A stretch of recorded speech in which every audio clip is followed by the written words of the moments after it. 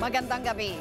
Nanumpa na sa tungkulin bilang ika-16 na Pangulo ng Pilipinas si President Rodrigo Roa Duterte.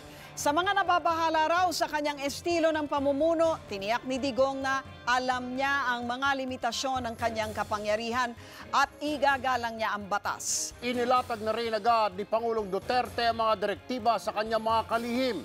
Kabilang riyan ang pagtanggal sa red tape at gawing transparent ang mga transaksyon. Umaaksyon si Maricel Halili. Making his way now to the palace.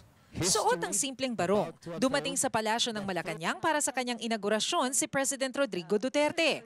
Agaw pansin pa ang pagbubuto ni si Duterte sa kanyang barong hanggang sa salubungin siya ng kanyang papalitang Pangulo na si Noynoy Aquino. Kalahating oras nagpulong ang dalawa sa President's Hall. Sinundan ito ng huling departure honors para kay Aquino na hudyat ng kanyang pag-alis sa palasyo at pagbabalik sa pagiging sibilyan. Mula rito ay bumalik si Digong sa Rizal Hall para sa inaugurasyon. Doon ay naghandog ng kanta si Freddy Aguilar. Madilim na kahapon, ikaw ang mag-aahon. Sa piling mo, Digong, mawawala ang korupsyon. Sunod na binasa ni outgoing Senate President Franklin Trilon ang proklamasyon sa pagkapanalo ni Digong.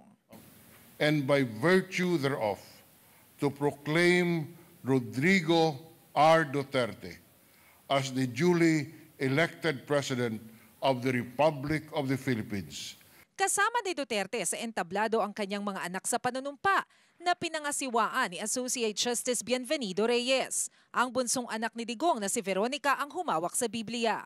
I, please state your Rodrigo Roa Duterte, name. Do solemnly swear that I will faithfully and conscientiously fulfill my duties as President of the Philippines. Sa kanyang unang talumpati bilang Pangulo ng Bansa, binigyang diin ni Duterte na kailangang labanan ng problema sa krimen, droga at katiwalian.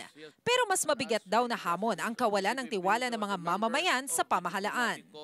We have to listen to the murmurings of the people, fear their pulse, supply their needs, and fortify their faith and trust in us whom they elected to public office. Sa mga bumabatiko sa kanyang estilo, tiniyak ni Digong na alam niya ang kanyang ginagawa. They say that my methods are unorthodox and verge on the illegal.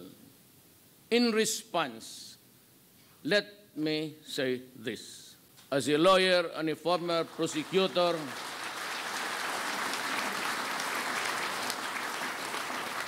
I know the limits of the power and authority of the President. I know what is legal and what is not. My adherence to due process and the rule of law is uncompromising. Sa kanyang unang araw bilang Pangulo, inilatag ni Digong ang mga direktiba sa lahat ng opisyal ng pamahalaan. Una, alisin ang red tape sa mga transaksyon sa pamahalaan. Dapat daw tigilan na ang pagbabago at pagbali sa mga patakaran para hindi mabinbin ang mga aprobadong kontrata. Bilin niya, tiyaking magiging transparent o bukas sa lahat ng mga kontrata, proyekto at mga transaksyon ng gobyerno. Kapag hindi raw ito nangyari, may babala agad ang Pangulo.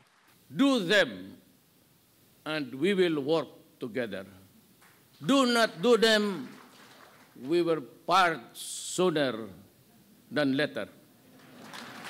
Ipinangako rin ni Duterte na igagalang ang mga kasunduan at obligasyon sa international community, gayon din ang mga nalagdaan ng peace agreement ng pamahalaan sa mga grupo rito sa bansa. Bago matapos ang talumpati ng bagong Pangulo, ay nagpaabot siya ng pakikiramay sa Turkey na nagluluksa dahil sa terror attack.